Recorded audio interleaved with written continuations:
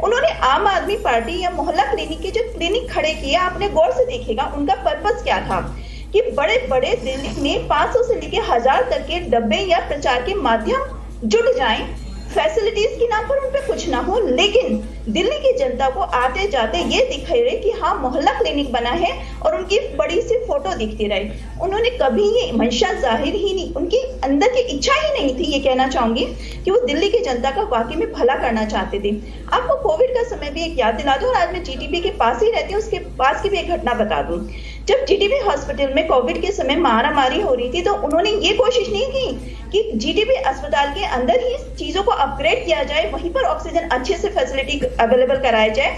इसके बजाय उन्होंने जीटीबी के सामने एक रामलीला ग्राउंड है, एक बहुत बड़ा ग्राउंड है, उसमें वहां पर कोविड का अस्पताल बनाने की कोशिश नहीं की। पर उन्होंने ये नहीं सोचा कि आप जो बना लोगे उसके लिए आपके पास में मैन पावर कहाँ है, वहां पर लोगों की कितनी कंडीशन में, बुरी कंडीशन में मृत्यु मैं आपको बता नहीं सकती। क्यों ना, तो वहां पर ऑक्सीजन के साथ ऐसा नहीं हो सकता ना, एक पूरी सेंट्रल पाइपलाइन चलती है और उसके साथ हर बेड पर ऑक्सीजन पहुंचाई जाती है। लेकिन आप जो एक टेम्परेरी हॉस्पिटल बना रहे थे, आपने उसमें ये तो सोचा नहीं कि इसमें हर बेड पे मैं ऑक्सीजन कैसे पहुंचाऊंगा, हर बेड पे अवेलेबिलिटी दवाइयों की, स्टाफ की कैसे कराऊंगा। वहां पर ना जाने कितने लोग हॉस्पिटल में, उस टेम्परेरी हॉस्पिटल में या डब्बे जैसा जो उन्होंने टेम्परेरी स्ट्रक्चर खड़ा किया था, गए और वापस नहीं आए। उनके रिश्तेदारों की सबसे ज्यादा दुखद बात ये थी, वो ये कह रहे थे कि उन्हें कोई ना तो अंदर जाने दे रहा था और ना उनकी देखभाल करने के लिए एक भी वहां पर स्टाफ अवेलेबल था।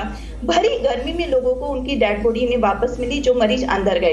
इनकी मंशा कभी ये रही ही नहीं है कि जो जीटीबी अस्पताल ऑलरेडी चल रहा है, या दिल्ली के अंतर्गत जितने भी अस्पताल, सरकार के अंतर्गत जितने भी अस्पताल चल रहे हैं, मैं उनपे ध्यान दूं। जीटीबी हॉस्पिटल के पास पिछले 3 साल से अपना मेडिकल सुपरिटेंडेंट भी नहीं है। आप सोचिए, जब आप एक इतने बड़े हॉस्पिटल को जिसमें 7000 पेशेंट पर डे आ रहे हैं, अपना मेडिकल सुपरिटेंडेंट भी नहीं दे रहे, जिसमें दिल्ली एलजी साहब का कोई रोल नहीं था, सिर्फ इनका अपना रोल था, लेकिन रोना हमेशा एलजी साहब का रोना था।